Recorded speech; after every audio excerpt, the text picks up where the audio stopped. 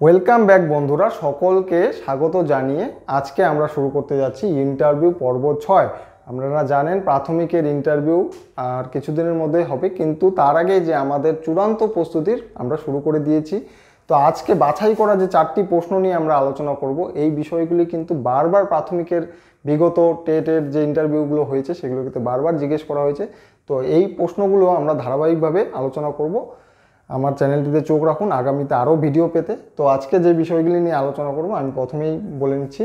1 number যেটা লিখে রেখেছি, শিক্ষার্থীদের বিদ্যালয়ে পড়াশোনার পাশাপাশি আপনি আর কি তাদের শেখাবেন।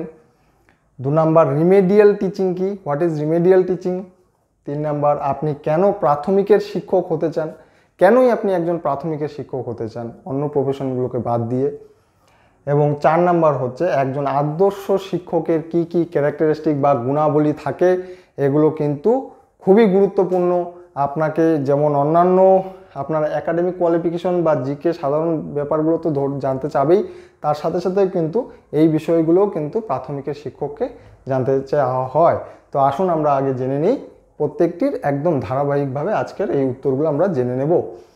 শিক্ষার্থীদের বিদ্যালয়ে পড়াশোনার পাশাপাশি অবসরকালীন সময় বা এমনি অফ পিরিয়ডে আমরা কি কি করাতে পারি। তাদের টিফিন পিরিয়ডে আমাদের শারীরিক বিভিন্ন খেলাধুলার মাধ্যমে তাদের অংশগ্রহণ করে তাদের যেমন দৈহিক এবং মানসিক একটা বিকাশ আমরা পরিলক্ষিত করতে পারি। এছাড়া বিভিন্ন ছবি চিত্র আঁকার মাধ্যমে তাদেরকে কিন্তু আমরা হাতের কাজ এবং সৃজনশীলতামূলকভাবে তৈরি করে দিতে পারি।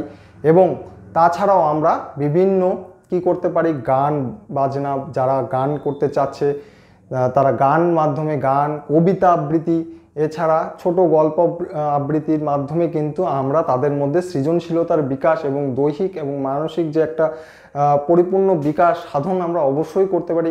ছোট ছোট শিশু শিক্ষার্থীদের আমরা কিন্তু এই চেষ্টাটাই করব যে তাদেরকে শিক্ষাদানের পাশাপাশি কিন্তু আমরা বিভিন্ন যে চারিত্রিক বৈশিষ্ট্যের গুণাবলী, যেমন খেলাধুলার মাধ্যমে, খেলাধুলাই বা কেন শেখানো হবে, খেলাধুলা আমরা জানি খেলাধুলার মাধ্যমে কিন্তু বিদ্যালয়ের ছোট ছোট শিশু শিক্ষার্থীদের মধ্যে নিয়ম শৃঙ্খলা বোধ এবং তাদের মধ্যে যেমন আরও বিভিন্ন সহধর্মিতা এবং বিভিন্ন রকম তাদের মধ্যে কিন্তু একটা জ্ঞান অর্জিত হয়ে থাকে। খেলাধুলার মধ্যে তাদের নিয়ম শৃঙ্খলতা থেকে শুরু করে বিভিন্ন রকম বাহ্যিক অনুশাসন প্রভৃতি কিন্তু গড়ে ওঠে।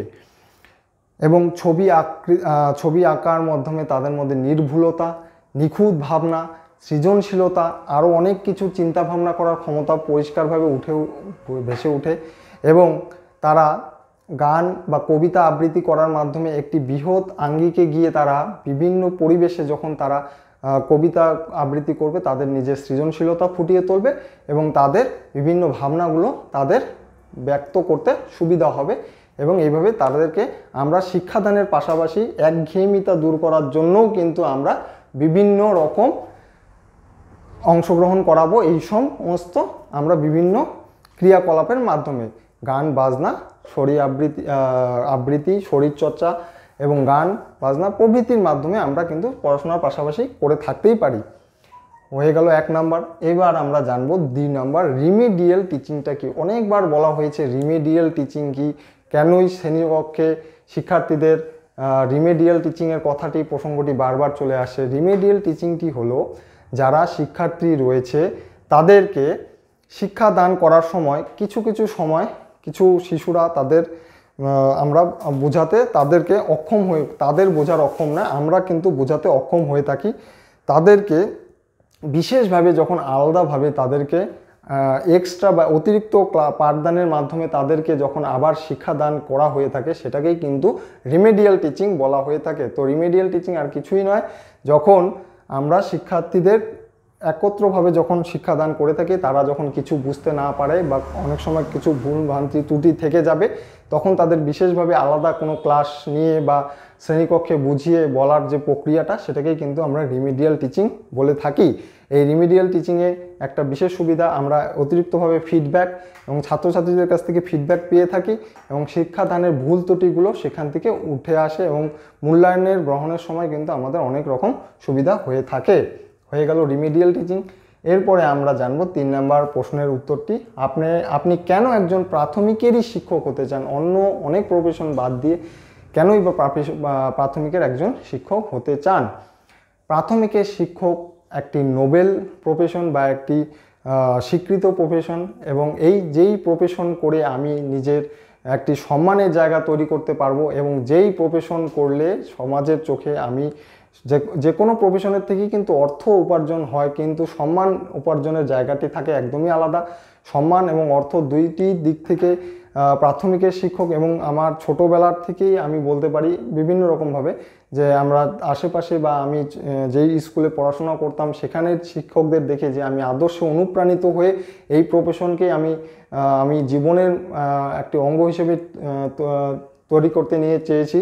তো এইভাবেই আমরা প্রাথমিকের শিক্ষক হতে চাই, এবং প্রাথমিক শিক্ষক হওয়ার সবথেকে বড় বৈশিষ্ট্য একটি বুনিয়াদি স্তর থেকে কিন্তু আমরা একটি শিশুকে তৈরি করতে পারি আগামী ভবিষ্যৎ নাগরিক হিসেবে তৈরি করার জন্য। এবং ছোট ছোট শিশুদেরকে কিন্তু আমরা ছোট থেকে এমনভাবেই তৈরি করে দিতে পারি যেন তারা বৃহৎ হয়ে তাদের মধ্যে দেশের নাগরিকত্ববোধ, দেশপ্রেম এবং বিভিন্ন গুণাবলী কিন্তু তাদের মধ্যে কিন্তু আমরা অর্জন করাতে সক্ষম হতে পারি। এই কারণেই কিন্তু আমরা অন্যান্য প্রফেশন থেকে কিন্তু প্রাথমিকের শিক্ষক হতে বেশি পছন্দ করি।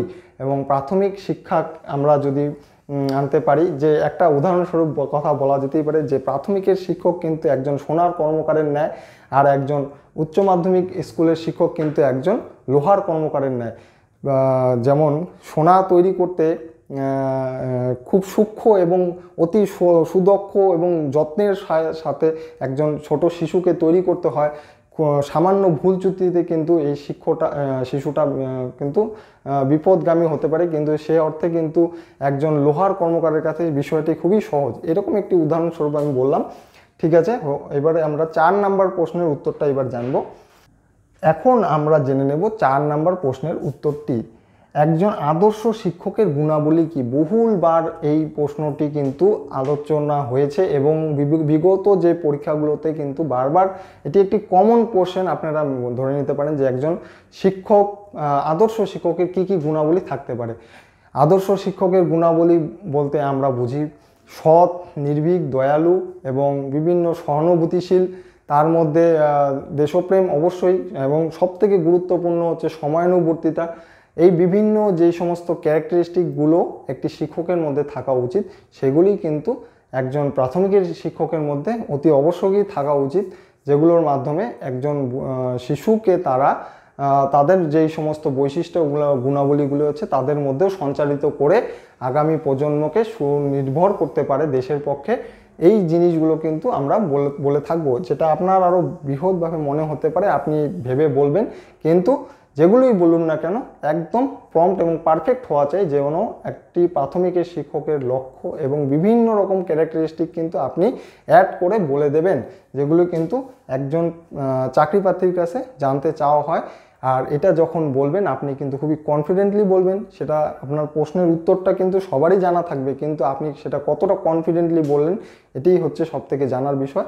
তো এই বিষয়গুলো কিন্তু আপনি একদম মনে রেখে একদমই বলবেন। তো এই ছিল আজকের এই বিষয়গুলো। আরও আমার যে সমস্ত ভিডিওগুলো আপনি ডেসক্রিপশন বক্সে পেয়ে যাবেন। তো ভিডিওটিকে দেখতে হলে আরও আমার ডেসক্রিপশনে ফলো রাখুন, এবং লাইক এবং সাবস্ক্রাইব করে আমার চ্যানেলগুলোতে আরও ভিডিও পেতে থাকবেন। নমস্কার, ধন্যবাদ।